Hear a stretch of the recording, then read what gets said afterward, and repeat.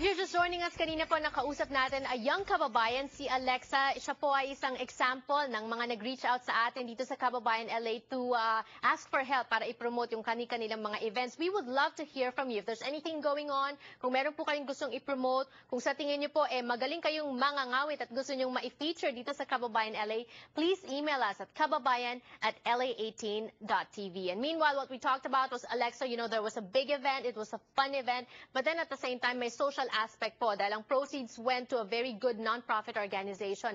And that's what we need right now. A lot of our kababayans are bonding together para po tumulong sa ating mga kababayan sa Cagayan de Oro at sa Iligan City. We Are One. It's a benefit concert for Cagayan de Oro and Iligan that's going to happen tomorrow at St. Genevieve Church sa May Valley po yan. That's the information on the screen. Sana po makapunta kayo at makapag-donate. Meron pong mga entertainers that are gonna be there singing for us.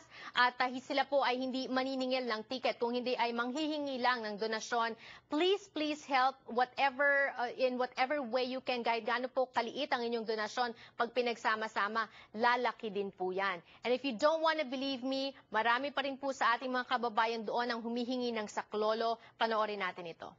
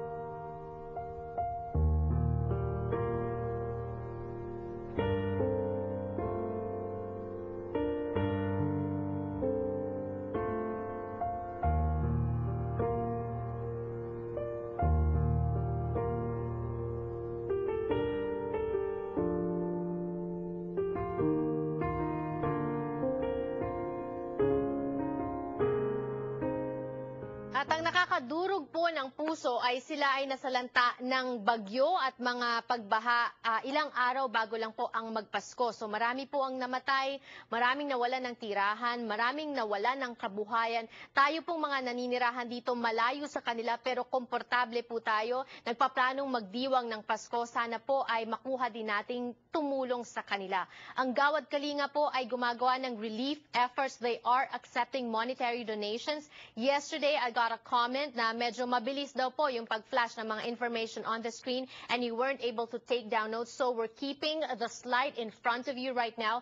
Take down notes, please, kung ano po ang bank account number ng Gawad Kalinga. So you may deposit your donation, however much it is, dyan po sa bank account number sa BPI EDSA nila sa Green Hills. Para naman po dun sa Gawad Kalinga US Savings Account, if you are here, that's the same, that's a different account number, so write it down, but also at BPI EDSA in Green Hills. At ang SWIFT code po, wag niyo pong kakalimutan, you need that, BOPIPHMM.